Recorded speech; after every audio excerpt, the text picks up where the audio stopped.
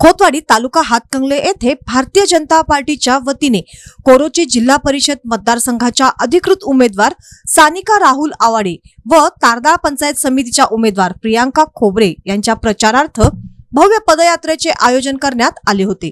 या पदयात्रेला ग्रामस्थांकडून मोठा व उदंड प्रतिसाद लाभला असून संपूर्ण खोतवाडी परिसर भगवामय झाल्याचे चित्र पाहायला मिळाले। पदयात्रेदरम्यान उमेदवारांनी घर टू घर भेटी देत मतदारांशी थेट संवाद साधला। विकास, पारदर्शकता आणि लोकाभिमुख कारभार हेच भाजपचे ध्येय असून जिल्हा परिषद व पंचायत समितीच्या माध्यमातून सर्वसामान्यांच्या प्रश्नांना प्राधान्य देऊन काम केले जाईल असा विश्वास उमेदवारांनी व्यक्त केला। महिला, युवक, शेतकरी, गोरगरीब घटकांसाठी राबविण्यात येणाऱ्या विविध योजनांची माहिती देत विजयी करण्याचे आवाहन करण्यात आले। यावेळी तारदाळ व खोतवाडी येथील सरपंच, उपसरपंच, ग्रामपंचायत सदस्य तसेच भाजपचे स्थानिक पदाधिकारी, कार्यकर्ते व ग्रामस्थ मोठ्या संख्येने सहभागी झाले होते। पदयात्रेदरम्यान ठिकठिकाणी उमेदवारांचे औक्षण, फुलांची उधळण करत उत्साहात स्वागत करण्यात आले।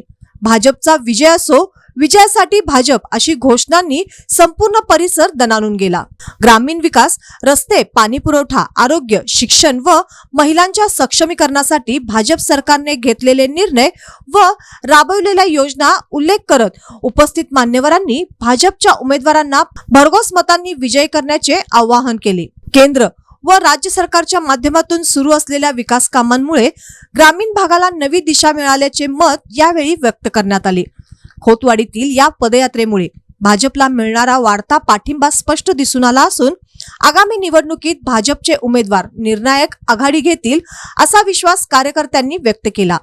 पदयात्रेच्या निमित्ताने निर्माण झालेल्या उत्साहामुळे भाजपचा प्रचार अधिक जोमाने पुढे जात असल्याचे चित्र सध्या या परिसरात दिसून येत आहे।